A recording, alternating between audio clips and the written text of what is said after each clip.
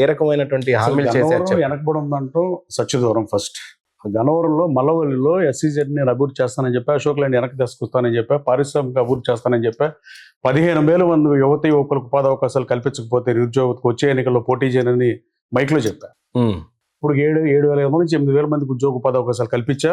మల్లవల్లిలో నేను ఎమ్మెల్యే అవ్వక ముందు 40 లక్షల ఎకరం ఉంటే వాళ్ళు 3 కోట్ల రూపాయలు ఉంది. You can enquire, you can go to Mallavalli and take a shot.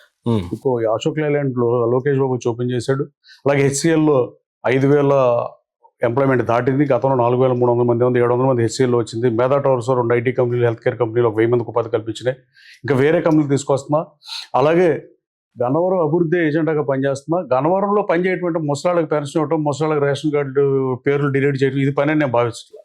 Gannavaram నియోజకవర్గంలో నిరుద్యోగ యువతకు ఉపాధి అవకాశాలు కల్పించినప్పుడు వాళ్ళకి అట్లీస్ట్ పర్ మంత్లీ వాళ్ళకి ఒక 50,000, 70,000, 1,00,000, 40,000 ఆ శాలరీలు వస్తే GDP పెరుగుతుంది.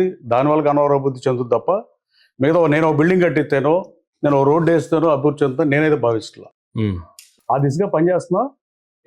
నిరుద్యోగ యువత యువకులకు ఉపాధి అవకాశాలు కల్పించుకోసమే పనిచేస్తున్నా. రాబోయే కాలంలో కంపెనీలు ఇంకా తీసుకొస్తా. 170 మందికి 16.5 లక్షలకే గత ప్రభుత్వం 90 లక్షలు పెంచితే మళ్ళీ 16.5 లక్షలకే పాతాలకు ఇచ్చాం. చంద్రబాబు నాయుడు గారికి చెప్పా 24 మాసాల్లో ఫ్యాక్టరీ పెట్టకపోతే సార్ మనం ల్యాండ్ వెనక్కి తీసుకున్న తర్వాత రియల్ ఎస్టేట్ బిజినెస్ చేసే వాళ్ళు తీసుకుంటున్నారు సార్ అని చెప్పా. ఆయన 18 మాసాలే పెట్టారు. 18 మంత్స్లో కంపెనీ గ్రౌండ్ అయ్యి ఫంక్షన్ స్టార్ట్ అయిపోతే ల్యాండ్ వెనక్కి తీసుకుంటామని పెట్టారు. డెఫినెట్గా రాబోయే కాలంలో మల్లవల్లిలో పరిశ్రమలు వస్తాయి. 2వ MSME పార్క్ కూడా నేను 40 ఎకరాలు ముఖ్యమంత్రి గారిని అడిగి తీసుకున్నా. అలాగే గన్నవరం అభివృద్ధి చేస్తాను. గన్నవరం ఏమి వెనకబాటు గురైన ప్రాంతం కూడా ఎట్టి పరిస్థితులకు కాదు. అది మీరు అన్న క్వశ్చన్లో కొంత మేరకు పాలకులు కొంత చేయగలరు కానీ భౌగోళికంగా అనుకూలంగా ఉన్నప్పుడు, భౌగోళికంగా ఎక్కువ ఉన్నప్పుడు కాటన్ ధర ఇక్కడ బ్రిడ్జ్ కట్టాయంటే దాని అర్థం కాటన్కి ఏం విజయవాడ మీద ప్రేమ లేదు. మహానుభావుడు కాటన్ రిసోర్సెస్ ఇక్కడ కృష్ణా బ్రిడ్జ్ కట్టినా, గోదావరి బ్రిడ్జ్ కట్టినా ఆ రోజు కృష్ణా జిల్లానే, అది గోదావరి జిల్లా లేవు 1925 ముందు ఆయన కట్టినప్పుడు. అలాగే బ్రిటిషర్లు కూడా చాలా మంచి చేశారు. కానీ గన్నవరంలో మాజీ శాసనసభ్యుడు ఏం చేయకూడదు అవి చేశాడు. దందాలు చేయటం, పంచాయతీలు చేయటం, బోల్డ్ అన్ని గ్రీవియన్స్లు ల్యాండ్ రికార్డ్స్ మీద వచ్చినాయి. దానికి కారణం అంతకుముందు శాసనసభ్యుడా లేదా అంతకుముందు పనిచేసిన MRO అనేది నిప్పు తేల్చాల్సిన అవసరం ఉంది. ఆ MROలు డెఫినెట్గా ఎక్కడా ట్యాంపర్ చేయని రికార్డులు గన్నవరంలో చేశారు.